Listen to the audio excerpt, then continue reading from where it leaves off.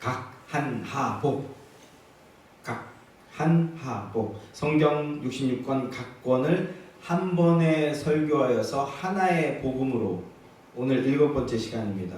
오늘은 민수기입니다. 민수기. 오늘 제목은 20세 이상으로 싸움에 나갈 만한 자를 계수하라. 오늘 제목은 20세 이상으로 싸움에 나갈 만한 자를 계수하라 라는 제목입니다. 자, 여러분, 신학자들이요, 성경 개관하는 책을 낼 때 흔히 이런 제목을 많이 씁니다. 무슨 산책, 이런 제목들을 많이들 씁니다. 예를 들면 오늘 우리 민수기 하니까 민수기 산책, 또는 가장 많은 책이 로마서 산책, 이렇게 무슨 산책이라고 하는데, 산책이라는 제목을 쓰는 것은 아마도 우리가 공원에서 가볍게 산책을 하는 그런 이미지를 가지고 와서 성경을 개관하는데 좀 가볍고 편안하게 둘러보자, 그런 의미인 것 같습니다. 성경을 한 권씩, 성경을 단권으로 우리가 접해도 성경은요, 대부분 다 양이 굉장히 많고요, 깊이가 깊습니다. 그러니까 접근성이 높아요. 접근성이 어렵습니다. 그러니까 우선은 책에 흥미를 가질 수 있게 하자, 좀 더 깊은 단계로 나가기 전에 준비 단계로 나누자, 뭐 이런 취지일 겁니다. 그래서 산책이라는 표현을 쓰는 것 같습니다.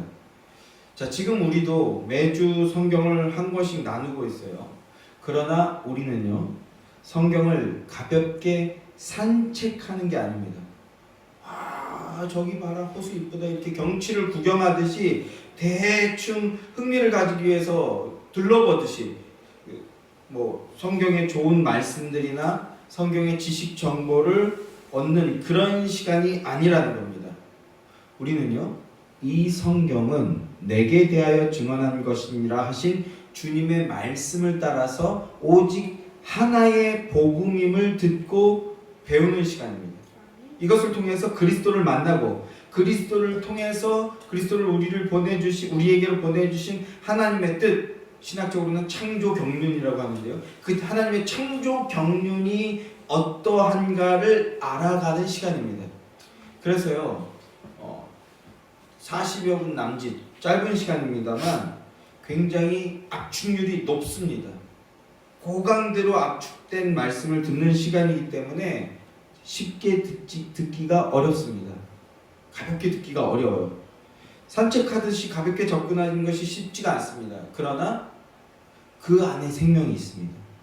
성경 전체를 하나로 관통하며 하나님의 거대한 구속사를 발견하는 시간이라는 것을 기억하시면서 이 생명의 복음의 말씀을 마음에 깊이 새겨 듣겠다, 새겨 넣겠다, 이런 마음으로 집중하시게 되었으면 좋겠습니다. 그리고 무엇보다 복음 증언하는 곳에서 역사하시는 성령님의 임재와 도우심을 간절히 구하는 마음으로 이 설교에 참여하시길 바랍니다. 성경은 오직 하나의 이야기, 그리스도 복음에 관한 말씀입니다. 그러면 오늘 민수기에서는 그리스도의 복음을 어떻게 증언하고 있는지 함께 상고해 보도록 하겠습니다. 먼저 민수기라는 제목은요, 원어의 제목은 베미드바르라고 합니다. 베미드바르, 광야에서라는 것입니다. 민수기는 광야에서 벌어졌던 이야기들을 말씀하는 내용입니다. 그 광야에서의 일들이 오늘 신약교회의 성도들에게도 거울이 되고 경계가 되는 말씀이 되는 겁니다. 그러면 광야에서 어떤 일들이 있었는지, 어떤 내용을 담고 있는지 살펴보도록 합시다. 먼저 민수기의 구조에 대해서 정리를 해볼게요. 간단하게 정리를 해봅시다. 민수기는 시내산을 출발하여서 요단 동편 모압 평지까지 행진하는 광야 40년간의 기록인데요, 총 36개의 장으로 되어 있는데 이를 크게 세 부분으로 나눌 수가 있어요. 첫째 부분은 1장부터 13장까지로 시내산을 출발하여서 정탐꾼을 가데스 바네아까지 보내는 내용이고요. 가데스 바네아까지 가는 것이고요. 둘째 부분은 14장부터 25장까지로 불순종한 여호와의 군대가 이스라엘 백성들을 말하는 거죠. 40년 동안 광야를 방황하는 내용들입니다. 결국 1세대들 출애굽할 때부터 있었던 1세대들은 이 광야에서 다 죽게 되고 여호수아와 갈렙 이 두 사람만 남게 되죠. 그리고 세 번째 부분은요. 26장부터 36장까지로 이 세대들을 다시 계수하면서 가나안 땅에 입성할 준비를 하는 내용입니다. 자, 민수기는 성경에서 네 번째 책이에요. 창세기, 출애굽기, 레위기, 민수기, 그리고 신명기까지 해서 모세오경이라고 하잖아요. 성경에서 네 번째 책인데 첫 번째 책인 창세기에서는 천지 창조부터 시작해서 야곱의 가족 70명이 애굽으로 내려가게 되는 것으로 끝이 나고요. 두 번째 출애굽기는요. 애굽에서 430년 동안 노예 생활을 하던 야곱 족속들이, 야곱의 후손들이 출애굽하여서 시내산까지 가는 여정입니다. 시내산에서 도착해서 1년 동안 머물러요. 거기서 1년 동안 머물면서 하나님과 언약을 맺습니다. 언약을 맺고 하나님 백성답게 살아갈 수 있는 율법을 받고, 그리고 하나님이 그들과 함께 하신다는 임재의 상징, 그리고 죄를 속하게 해주시는 성막 식양을 받고, 그리고 그것을 완성시킵니다. 여기까지가 출애굽기의 내용입니다. 이어서 세 번째 책은요, 레위기인데, 레위기는 하나님이 주신 이 성막을 어떻게 사용해야 하는가, 즉 죄인이 하나님 앞에 어떻게 나아가는 것이 가능하며 하나님과의 교제가 어떻게 지속될 수 있는가 하는 방법들에 대해서 말씀하는 내용이 레위기입니다. 그리고 그 레위기에 이어서 다음 이어지는 책이 바로 오늘 민수기입니다. 민수기. 그러면 이제 이어지는 다음 단계는 무엇이겠습니까? 민수기에 나오는 내용. 자, 민수기 1장 3절 말씀입니다. 함께 읽겠습니다. 큰 소리로 시작. 이스라엘 중 20세 이상으로 싸움에 나갈 만한 모든 자를 너와 아론은 그 진영별로 계수하라 합니다. 먼저 1장 1절 말씀을 보면 프린트에 나와 있습니다. 보십시오. 여호와께서 시내 광야 회막에서 모세에게 말씀하여 이르시되라고 하고 있어요. 하나님이 회막, 미팅 오브 텐트, 만남의 장소, 성막에 만날 때 쓸 때는 회막이라는 표현을 쓴다고 말씀을 드렸죠. 하나님의 회막에서 모세를 만나 주셨어요. 그리고 거기서 명령을 내리시는데 무슨 명령을 내리셨습니까? 20세 이상으로 싸움에 나갈 만한 자를 계수하라, 인원 체크하라 하십니다. 무슨 뜻입니까? 시내산에서 보낸 이 1년이 행군을 하기 위한 준비의 시간이었다면 이제부터 본격적인 행군이 시작될 것이다 라는 뜻인 겁니다.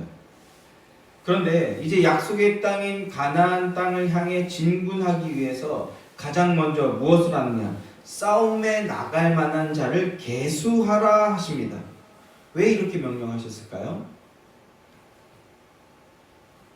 이스라엘은 더 이상 애굽의 바로의 노예들이 아닙니다. 그렇다고 해서요, 그저 단순한 하나님의 백성들도 아닙니다.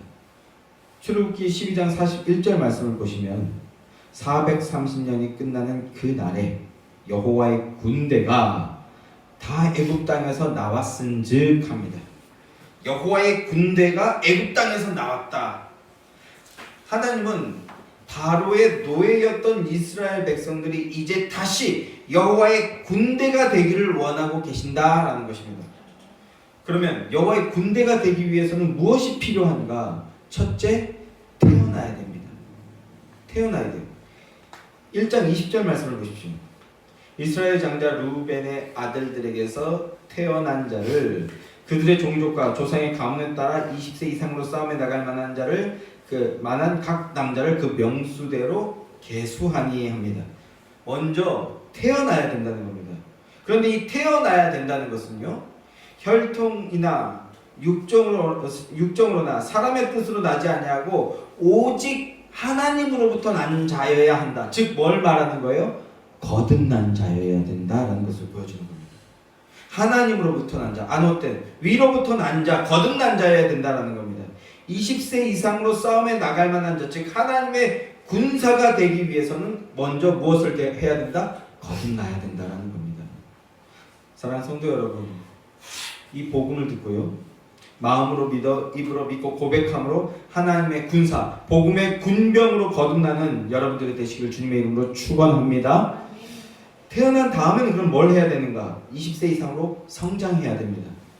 여러분, 믿음의 사람으로 성장해야 됩니다. 믿음의 사람으로 자라나야 돼요. 그런데요, 시간이 흐른다고 해서 저절로 자라나는 게 아닙니다. 시간이 많이 흐른다고 해서 저절로 성숙한 사람이 되는 게 아닙니다. 결혼했다고 해서요, 다 아끼고 사랑하는 부부가 되는 게 아닙니다. 결혼하고 오래 살았다고 해서 저절로 성숙한 부부가 되는 게 아닙니다. 서로를 아끼고 사랑하는 부부는 오래 산다고 해서 되는 게 아니라 사랑함 속에서 함께 성장해야 됩니다. 사랑함이 뭔지 배우고 훈련되어져야 된다라는 그런 뜻입니다. 그러면 그걸 어디서 어떻게 배울 수 있습니까?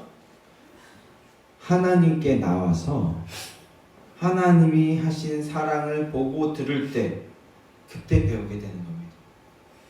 그래서 젊은이들이 교회를 다녀야 되는 이유가 거기 있는 겁니다. 하나님이 어떻게 사랑하는가, 자녀를, 또한 교회는 그리스도의 신부라고 하거든요. 이 신부인 교회를 하나님이 어떻게 사랑하시는가, 이걸 보고 듣고 배울 때 그때 비로소 사랑을 행하는 성숙한 사람으로 성장할 수 있는 겁니다. 자, 그 다음에 복음의 군사가 되기 위해서 무엇을 해야 됩니까? 무장을 해야 됩니다. 하나님의 전신갑주로 무장해야 됩니다. 전신갑주로 무장한다는 게 무슨 말이에요? 하나님의 복음으로 무장해야 된다는 겁니다.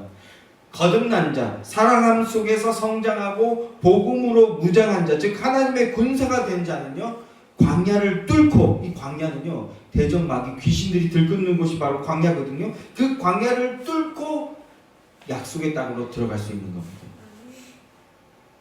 거듭난 자들을 향해서 요한은 그의 서신을 통해서 이렇게 증언합니다. 요한일서 5장 4절 말씀. 무릇 하나님께로부터 난 자마다 세상을 이기느니라. 아멘. 자, 20세 이상으로 싸움에 나갈 만한 자를 계수하라 하신 명령을 따라서 각 지파별로 인원을 계수합니다. 그 계수한 총 인원이 몇 명입니까? 23절 말씀을 한번 보십시오. 23절 말씀입니다. 이상은 이스라엘 자손이 그들의 조상의 가문에 따라 계수된 자니 모든 진영의 군인 곧 계수된 자의 총 계는 60만 3,550명이더라 합니다. 계수된 자의 총 계가 몇 명이라고요? 60만 3,550명이라고요.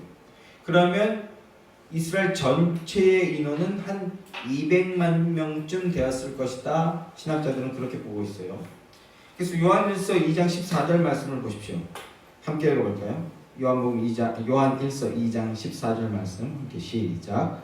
아이들아, 내가 너희에게 쓴 것은 너희가 아버지를 알았으며, 아비들아, 내가 너희에게 쓴 것은 너희가 태초부터 계신 이를 알았으며, 청년들아, 내가 너희에게 쓴 것은 너희가 강하고 하나님의 말씀이 너희 안에 거하시며 너희가 흉악한 자를 이기었음이라. 이렇게 말씀하고 있죠. 아이들아, 아비들아, 그리고 청년들아. 이것은요, 육적인 상태만을 이야기하는 게 아닙니다. 청년들아, 너희가 강하고 하나님 말씀이 너희 안에 거하면 무슨 말입니까? 성령의 검이 있다는 거예요. 성령의 검, 즉 복음을 가지면 영적으로 강력하게 무장이 된다는 거예요. 영적으로 강력하게 무장된 자. 그래서 너희가 흉악한 자를 이겼음이라. 십자가 복음으로 무장하고 믿음으로 나갈 때, 그리고 청년의 때와 같이 힘있는 모습으로 나아갈 수 있게 되고, 그리고 승리하게 될 것이다 라는 것을 말씀하고 있는 겁니다. 사랑하는 성도 여러분, 여러분이 바로 이 20세 이상으로 싸움에 나갈만 하다라고 계수되어진 바로 그 십자가의 군병들이시기를 주님의 이름으로 축원합니다. 자, 지금 이스라엘은요, 출정 준비를 하고 있는 거예요. 출정 준비. 그래서 다음으로 무엇을 말씀하시는가? 세상의 군대와는 다르게, 세상의 군대와는 조금 다른 이야기를 하는데요. 성막을 중심으로 진을 치라 명령을 하십니다. 2장 1절부터 3절 말씀 함께 읽겠습니다. 민수기 2장 1절부터 3절 말씀 프린트물에 있어요. 큰 소리로 읽어주시기 바래요. 민수기 2장 1절부터 3절 말씀 함께 시작. 여호와께서 모세와 아론에게 말씀하여 이르시되 이스라엘 자손은 각각 자기의 진영의 군기와 자기의 조상의 가문 기호 곁에 진을 치되 회막을 향하여 사방으로 치라. 동방 해돋는 쪽에 진 칠 자는 그 진영별로 유다의 진영의 군기에 속한 자라. 유다 자손의 지휘관은 암미나답의 아들 나손이요라고 말씀하고 있죠. 자, 진을 치는데 회막을 향하여 사방으로 치라라고 말씀합니다. 성막을 중심으로 해서 북쪽의 세 지파, 그 다음에 서쪽의 세 지파, 그리고 남쪽의 세 지파, 그리고 동방해 돋는 쪽에는 이렇게 말씀하고 있어요. 북쪽에, 남쪽에, 서쪽에, 그리고 동방해 돋는 쪽에 이렇게 말씀한다고요. 2장 3절 말씀을 다시 한번 눈으로 잘 보시기 바랍니다. 동방해 돋는 쪽에는 유다 진영의 진을 쳐라 이렇게 말씀합니다. 해 돋는 쪽. 굳이 동방은 해 돋는 쪽이라는 표현을 쓰고 있어요. 성경을 보게 되면요, 서쪽 해 지는 쪽에는 이런 표현은 없습니다. 이런 표현은 나오지 않아요. 오직 동방 해 돋는 쪽에는 이라는 표현과 함께 유다 진영의 진을 쳐라 라는 말씀만 나옵니다. 그럼 왜 유독 동방 해 돋는 쪽에 이렇게 말씀하셨을까요? 왜냐하면 말라기서 4장 2절 말씀을 비추어 보면 말라기 선지자가 이렇게 예언을 합니다. 공의로운 해가 떠올라서 치료하는 광선을 비추리니 이렇게 합니다. 이게 무슨 뜻입니까? 영혼들의 죽음을 치료하는 광선을 발하시는 참빛 되시는 우리 주 예수 그리스도께서 유다 지파를 통해서 오실 것을 민수기에서도 계시하고 계셨던 겁니다. 그래서 동방 해돋는 쪽에 진을 치라 이렇게 명령하시는 겁니다. 그리고 누가복음 1장 17절 말씀을 보면 돋는 해가 우리에게 하나님께서 말씀하신 대로 우리에게 임하였다 이렇게 말씀하고 있어요. 아기 예수의 탄생을 보면서 민수기와 말라기의 예언의 말씀이 성취되었다는 겁니다. 성도 여러분, 우리 주님께서 이 성경이 내게 대하여 증언한 것이니라 하신 말씀 그대로 이렇게 민수기도 그리스도를 증언하고 있다는 것을 오늘 이 밤에 다시 한번 확실히 믿고 붙잡는 여러분들 되시기를 주님의 이름으로 축원합니다. 자, 민수기는 다음 민수기 10장 11절부터 14절까지 말씀 함께 읽겠습니다. 시작. 둘째 달 스무 날에 구름이 증거의 성막에 떠오르매 이스라엘 자손이 시내 광야에서 출발하여 자기 길을 가더니 파란 광야에 구름이 머무니라. 이와 같이 그들이 여호와께서 모세에게 명령하신 것을 따라 행진하기를 시작하였는데 선두로 유다 자손의 진영의 군기에 속한 자들이 그들의 진영별로 행진하였으니 유다 군대는 암미나답의 아들 나손을 이끌었고 합니다. 2년 2월 20일 날 드디어 출발 명령이 떨어집니다. 유다 진영을 선두로 하여서 드디어 진군을 시작합니다. 그런데 출발하기에 앞서서 9장 5절 말씀을 보게 되면 유월절을 먼저 지켰더라 하는 말씀이 나옵니다. 유월절을 지켰더라. 복음 안에 있는 그리스도인들은 이 부분을 놓쳐서는 안 되고요. 이런 부분을 주목해야 됩니다. 9장 5절 말씀도 함께 봅시다. 9장 5절 말씀 함께 시작.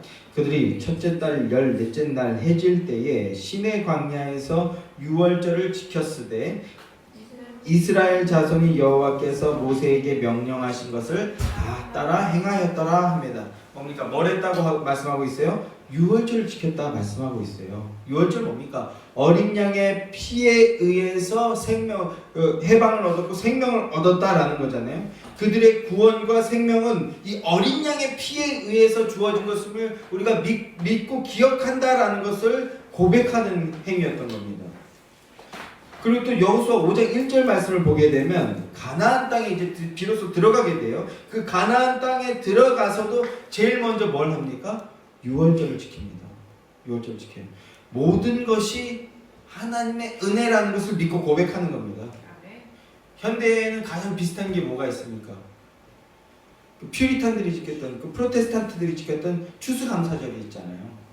하나님의 은혜로 생명을 얻고 살게 되었다.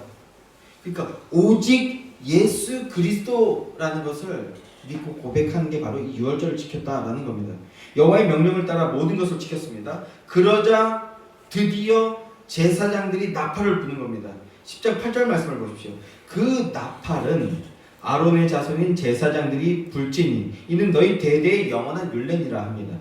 자, 이 시대 때는, 이 고대 근동 시대에는 나팔이 신호였어요. 적군이 쳐들어와도 나팔을 불고, 그 다음에 행군을 멈출 때도 나팔을 불고, 그리고 다시 이 행군을 시작할 때도 나팔을 부는 겁니다. 그 진군을 알리는 나팔이 드디어 처음으로 이제 사방에서 북을 치고 깃발을 흔들면서 일제히 지금 나팔이 울려 퍼지는 거예요. 푹 울려 퍼지면서 드디어 진군을 시작하는 겁니다. 그런데 진군할 때 어느 진영이 선두에 서서 인도해야 된다고 말씀합니까? 우린 역시나 이런 게 중요한 거예요. 이게 민수기를 볼 때도 이런 부분이 중요한데 14절 말씀을 보면 선두로 유다 자손의 진영이 행진하였으니 라고 합니다. 선두에 유다 자손의 진영이 있었다. 유다 자손이 선두에서 인도했다라는 거예요. 2장 9절에서 하나님이 유다 자손이 선두에 서라 이렇게 명령하셨기 때문에 그렇게 한 것이죠. 그러나 그게 다가 아닙니다. 그게 다가 아니에요. 이 말씀을 구속사의 맥락으로 보게 되면요, 유다 자손의 시조가 유다잖아요. 이 유다는요, 야곱의 장자가 아닙니다.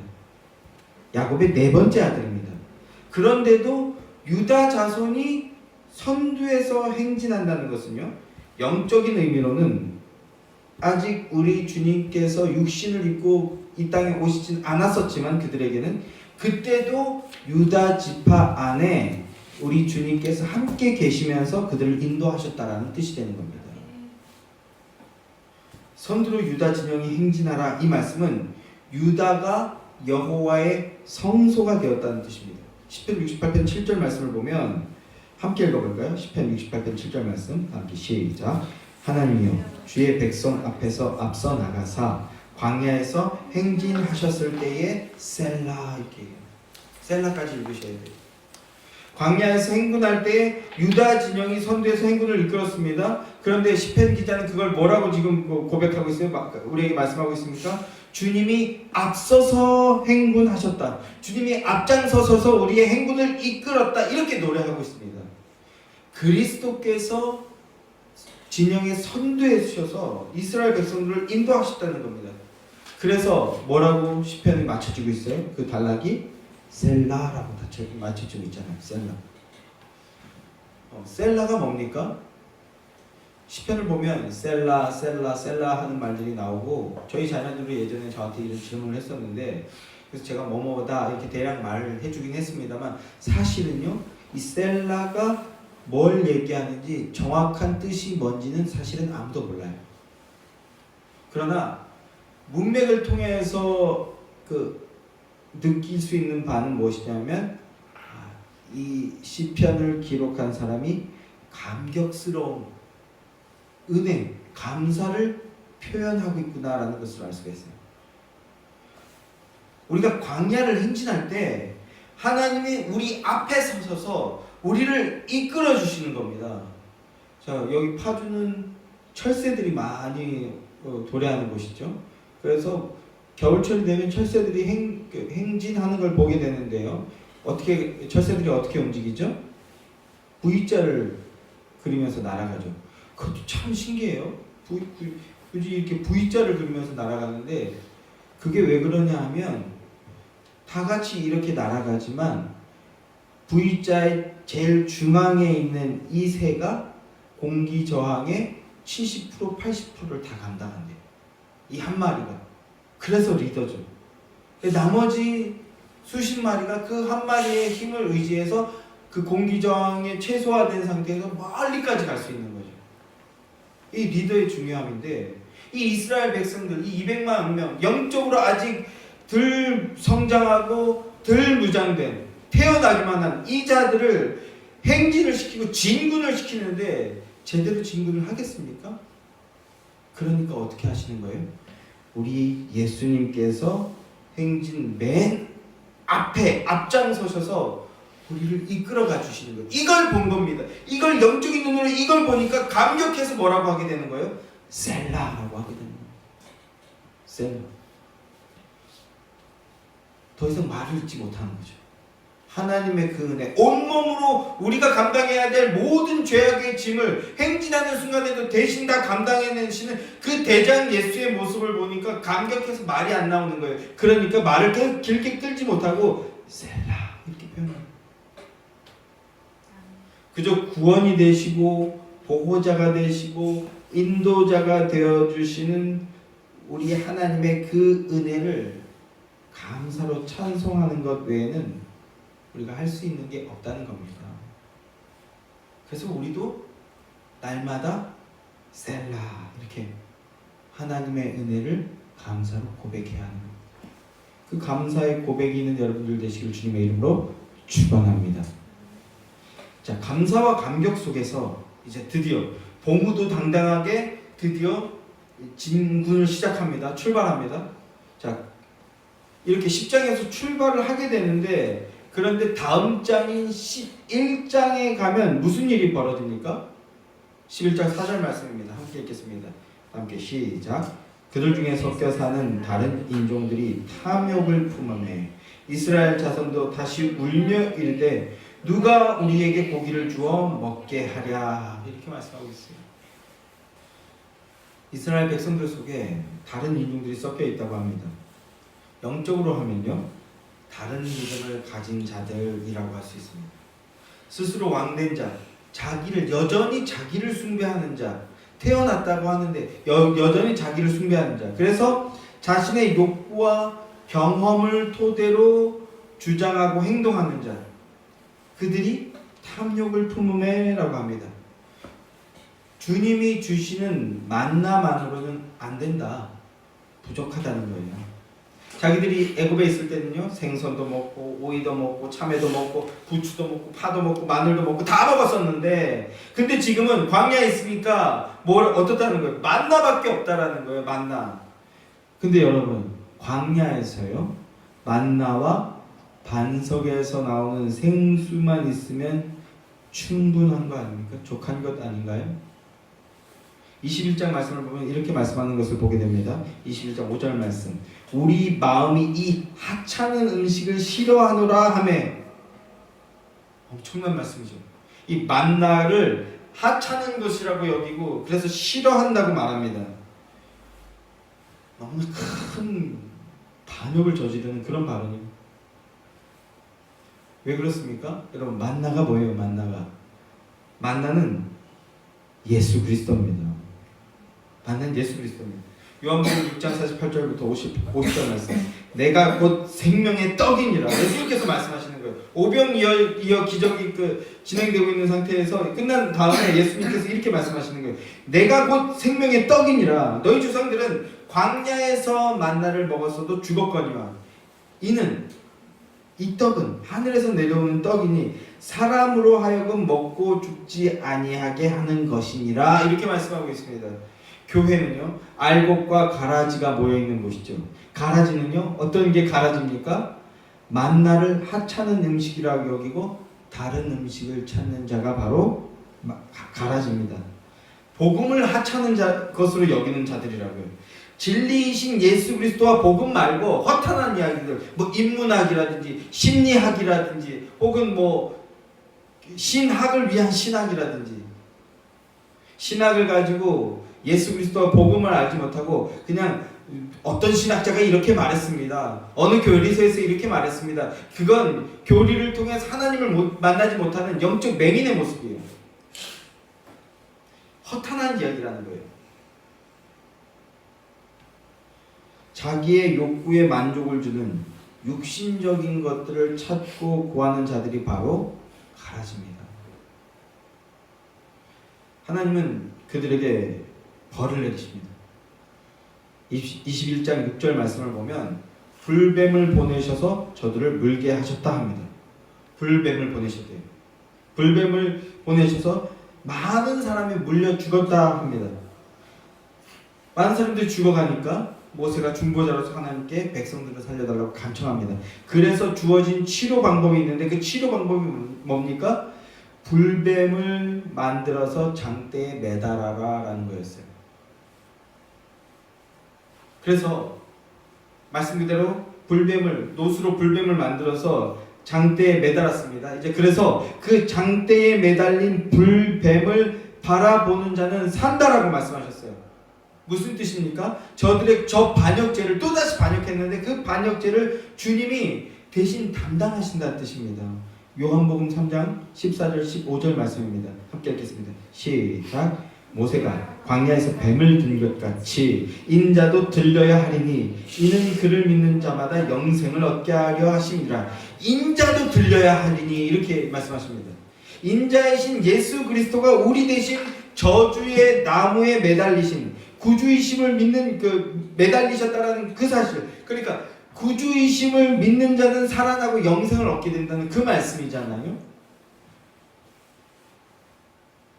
그러니까 이 당시도 이 광야에서도 그리고 오늘날에도 장대에 높이 매달린 그 뱀이 예수 그리스도를 바라보기만 하면 산다라는 겁니다. 그런데 그때나 오늘이나 여전히 이걸 이렇게 고개 들어서 쳐다보기만 하면 사는데 여전히 많은 사람들이요 쳐다보지를 않아요. 바라보지 않습니다. 목이 뻣뻣해서 이렇게 돌아가지 않는 거예요. 목이 교만하여서 고개가 들어지질 않는다라는 거예요. 그러나 여러분은 고개를 드십시오.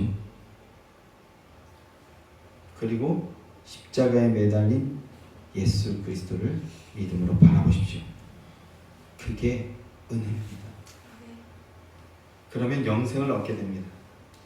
이것이 민수기가 전하고 있는 복음입니다. 할렐루야. 자, 이어지는 13장은 민수기의 분기점이 되는 중요한 장입니다. 13장 33절 말씀 함께 읽겠습니다. 시작. 거기서 네피림 후손인 아낙 자손의 거인들을 보았느니 우리는 스스로 보기에도 메뚜기 같으니 그들이 보기에도 그와 같았을 것이니라. 모세가 12정탐꾼을 보냈습니다. 그들이 정탐한 내용을 이제 보고를 받는데 그런데 10명은 뭐라고 보고합니까? 거기에는 거인들이 있다. 네피림과 같은 거인들이 있다. 이렇게 거인을 보았다는 증언을 합니다. 육적으로 본 거죠. 상황과 환경을 보고 육신적인 판단과 말을 하는 겁니다. 그런데 14장 9절 말씀을 보면 여호수아와 갈렙은 이렇게 말하죠. 여호와를 거역하지 말라. 또 그 땅 백성들을 두려워하지 말라. 그들은 우리의 먹이라. 그들의 보호자는 그들에게서 떠났고 여호와는 우리와 함께 하시느니라 합니다. 여호수아와 갈렙은 어떤 겁니까? 믿음의 눈으로 보는 겁니다. 믿음의 눈으로 보고 믿음으로 말하는 겁니다. 여호수아와 갈렙은요 하나님의 약속을 믿고 기억하고 있는 겁니다. 내가 적과 꿀이 흐르는 땅으로 너희를 인도하여 드리리라 한 이 약속을 믿고 붙들고 그걸로 보니까 그들은 우리의 밥이라는 거예요. 똑같은 걸 봤는데 그런데 여기에서 이렇게 갈라지게 되는 겁니다. 오늘날도 마찬가지라는 겁니다. 백성들이 여호수아와 갈렙을 다른 보고를 하는 여호수아와 갈렙을 어떻게 합니까? 이제 돌로 쳐서 죽이려고 합니다. 그리고 막 울고 불고 하면서 우리 애굽으로 돌아가자, 한 사람을 세워서 애굽으로 돌아가자, 이렇게 또다시 불신앙, 불순종의 모습을 보여주는 겁니다. 지금 여기서 우리가 기억해야 될 숫자가 있는데요. 그건요 10명의 정탐꾼 중에 2명 이렇게가 아닙니다. 12명 중에 10명은 다른 정탐 보고를 하고 2명은 다르게 보고했잖아요. 그래서 10대 2 이 싸움이 아니라는 거예요. 지금 여호수아와 갈렙의 싸움은 어떤 싸움입니까? 60만 3,548명 대 나머지 2명의 대결이라고 하는 겁니다. 이게 영적 싸움의 구도입니다. 여러분 오늘날도요 이 땅에 많고 많은 교회가 있습니다. 한국에 편의점보다 많은 게 교회라고 하잖아요. 이 땅에 이렇게 많은 교회들이 있지만 그러나 하나님의 편에 선 자, 진리의 편에 서서 오직 그리스도의 복음만 붙들고 증언하는 자는 예나 지금이나 소수라는 겁니다. 그러니 우리가 이 복음을 붙들고 있는 것이 더 큰 은혜가 되는 거죠. 더 값진 사실이 되는 거고. 예나 지금이나 거짓 선지자는 많지만 참된 선지자는 적습니다. 이 밤에 예배하시는 여러분들이 바로 그 참 선지자로 부름을 받은 자들인 줄 믿습니다. 할렐루야. 자, 이제 가나안 땅이 건너다 보이는 모압 평지에 이르게 되었습니다. 그러자 하나님의 백성들이 약속의 땅에 들어가지 못하게 하려는 마지막 두 대적이 등장하는 것을 보게 됩니다. 첫째는요, 아모리 왕 시혼과 바산 왕 옥이고요. 둘째는 저 유명한 거짓 선지자 발람입니다. 아모리 왕 시혼과 바산 왕 옥은 이스라엘 백성들이 자기 영토를 지나가지 못하도록 싸움을 벌였습니다. 이게 광야에서 벌어지는 마지막 전투 최후의 저주였습니다. 이걸 돌파하지 못하면요, 이 세대들도 약속의 땅에 들어가지 못하는 겁니다. 그러나 우리 하나님께서 어떻게 하시죠? 그들을 물리쳐 주셨습니다. 그래서 시편 136편에서 이렇게 찬양하는 것을 보게 됩니다. 시편 136편 19절 20절 말씀. 아모리인의 왕 시혼과 바산 왕 옥을 죽이신 이에게 감사하라. 그 인자하심이 영원하리로다. 여러분, 이 말씀을 읽는 것은요, 이것이 마지막 때에 나타내게 될 적 그리스도의 예표라고 할 수 있기 때문입니다. 그런데요, 이보다 더 큰 문제가 있는데 그게 이어지는 거짓 선지자 발람 선지자의 등장입니다. 무력으로 도전했어요. 바산왕 아모리 왕 시온과 바산왕 옥이 무력으로 도전했어요. 그러나 무력으로는 안 된다라는 것을 이들이 알았습니다. 그래서 육적인 방법으로는 안 되니 영적인 방법으로 이스라엘을 공격해야 되겠다라는 겁니다. 자, 그래서 발락이 거짓 선지자 발람을 초청합니다. 그리고 발람을 통해서 저주를 퍼붓게 합니다. 그러나 놀라운 것은 우리 하나님께서는요, 그 발람의 저주를 입을 막고 말을 못하게 한 게 아니라 보내셨어요. 그리고 말하게 하셨습니다. 그 발람의 저주를 복으로 변화시켜 버리셨어요. 발람의 말들을 잘 들어보면요, 3번의 저주를 하는데, 그런데 그것은 저주가 아닙니다. 하나님이 바꿔놓으시니까 거짓 선지자의 증언조차 하나님의 말씀이 되어버렸어요. 거짓 선지자의 저주조차도 복음의 증언으로 바꿔놓으시는 게 바로 우리 하나님이십니다. 그래서 발람의 하는 말들을 자세히 보면요, 사실은 전부 다 우리가 그리스도인들이 고백해야 하고 그리스도인들이 증언해야 될 내용들입니다. 보세요. 내 집에 은금을 다 준다 해도 나는 하나님이 말씀하시는 것 외에는 다른 말은 하지 못합니다. 이게 발람이 했던 말입니다. 이게 거짓 선지자의 말입니까? 그래서요, 22장부터 24장까지 이렇게 읽어나가다 보면 언뜻 잘못 읽으면 거짓 선지자야? 아니면 참 선지자인데 지금 살짝 맛이 간 거야? 헷갈려요. 이걸 그리스도 중심으로, 하나님 중심으로 보지 않으면 발람이 거짓 선지자였는데 참 선지자로 회심했나 보다, 혹은 참 선지자였는데 그동안 살짝 변질되었었나 보다, 이렇게 막 헷갈릴 수 있는데 아니에요. 하나님이 바꿔버리셨다고요. 그래서 은금을 주고 모든 걸 준다 해도 하나님이 말씀하신 것 외에는 난 말할 수 없다, 이렇게까지 증언을 하게 되었다는 겁니다. 이게 우리 그리스도인들이 증언해야 될 고백이 아니고 무엇이겠습니까? 내 집에 세상 은금 보화 천금을 준다 해도 하나님 말씀하시는 것 말고 다른 것 증언하게 한다면 나는 그렇게 할 수 없습니다. 이거라고요. 이것이 여러분들의 증언이 되시길 주님의 이름으로 축원합니다. 자, 한 구절만 한번 보겠습니다. 24장 15절부터 17절까지 말씀입니다. 다 함께 시작. 예언하여 이르기를 보올의 아들 발람이 말하며 눈을 감았던 자가 말하며 하나님의 말씀을 듣는 자가 말하며 지극히 높으신 자의 지식을 아는 자 전능자의 환상을 보는 자 엎드려서 눈을 뜬 자가 말하기를 내가 그를 보아도 이때의 일이 아니며 내가 그를 바라보아도 가까운 일이 아니로다. 한 별이 야곱에서 나오며 한 규가 이스라엘에서 일어나서 모압을 이쪽에서 저쪽까지 무찌르고 또 셋의 자식들을 다 멸하리로다 라고 합니다. 전에는 눈을 감았던 자래요. 눈을 감았던 자인데 하나님께서 눈을 뜨게 해주셨다고 합니다. 그래서 22장 발람 선지자의 기사를 보면 제일 먼저 뭐가 나오냐면요, 발락의 부름을 받고 이제 거짓 증거를 하기 위해서 가는데 당나귀를 타고 가죠. 그런데 당나귀가 가지 않아요. 당나귀가 앞에 주의 천사가 큰 칼을 들고 발람을 죽이려 하는 걸 봐서 당나귀가 움직이지 않는 거예요. 그래서 발람이 당나귀를 매우 치죠. 그랬더니 당나귀가 씀을 내면서 왜 때립니까?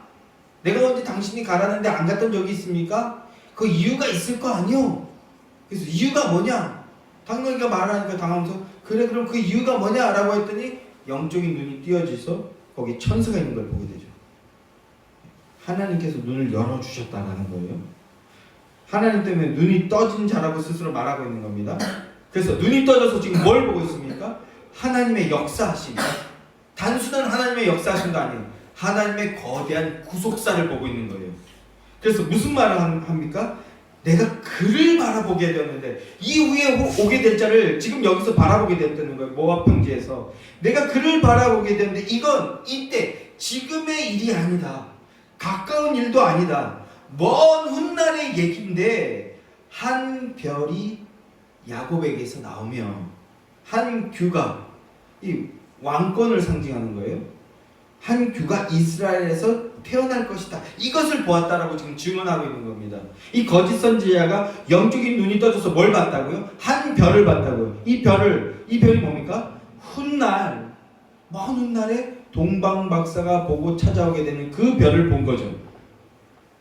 여기에 나신 왕이 어디 있습니까? 하게 되는 그 별. 그리고 또 한 규를 봤다고 합니다. 이스라엘의 진정한 왕이 오신다라는 것을 거짓 선지자 발람이 증언하고 있는 겁니다. 놀랍지 않습니까? 민수기가 지금 무엇을 말씀하고 있습니까? 예수 그리스도. 진정한 왕으로 오실 예수 그리스도를 미리 내다보고 증언하고 있는 겁니다. 그리고 이것이 바로 복음입니다. 이 복음을 우리 그리스도인들에게 주는 겁니다. 이걸 받고 태어나서 성장해서 무장해라. 그래서 십자가의 군병들이 되어서 이것을 증언해라 라고요. 여러분들이 바로 그 십자가의 군병들이시기를 주님의 이름으로 축원합니다. 자, 마지막으로 26장에서 하나님이 다시 한번 계수할 것을 명령하십니다. 26장 20절 말씀을 보면 20세 이상으로 전쟁에 나갈 만한 모든 자를 계수하라라고 다시 한번 명령하십니다. 불순종한 1세대들이 다 죽은 후에 하시며 명령입니다. 이게 뭘 나타내 보여주는 겁니까? 우리 하나님의 신실성입니다. 인간의 거짓됨과 끊임없는 불순종에도 불구하고 우리 하나님은 당신의 구원 계획을 단 한 번도 중단하신 적이 없습니다. 그리고 듣든지 아니 듣든지 지금 제 마음이 그런데요. 듣든지 아니 듣든지 우리 주님은 묵묵하게 주권적으로 당신의 구원 계획과 창조 경륜을 이루어 나가시는 분이시라는 것을 보여주고 있는 겁니다. 여러분, 그분이 바로 우리 하나님이십니다. 그 하나님을, 그 신실하신 하나님을 온전히 믿고 따르는 여러분들 되시길 소망합니다. 이상 여기까지 살펴본 민수기를 통해서 얻게 되는 불변의 진리가 무엇입니까? 구원에 이르는 믿음은 그를 믿는 자는 멸망하지 않고 영생을 얻게 하신다는 겁니다. 민수기도 예수 그리스도 복음 증언하고 있는 것이라는 말씀입니다. 그 구원의 믿음을 우리에게 주시고 지키고 보호하시기 위해서 아들을 주시고 아들의 피를 주시고 성령님을 우리에게 주시고 그럼으로써 우리를 지키고 보호하시고 인도하시는 분.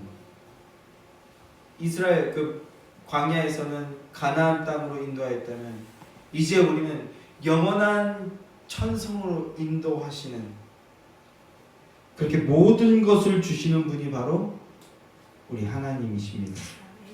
그 하나님 안에서 참된 안식을 누리는, 그리고 영원한 안식을 얻게 되시는 여러분들이 되시기를, 복된 성도들이 되시기를 주님의 이름으로 축원합니다. 기도하겠습니다.